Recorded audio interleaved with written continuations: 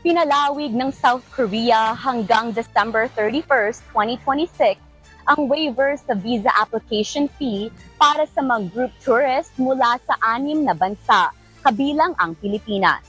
Sa ilalim ng programa, hindi na magbabayad ng $15 o halos 850 pesos na visa application fee ang mga kasama sa mga organized tour group. Ayon sa Justice Secretary, layunin ng hakbang na hikayatin ang mga mas maraming dayuhang turista at tulungang makabawi ang industriya ng turismo.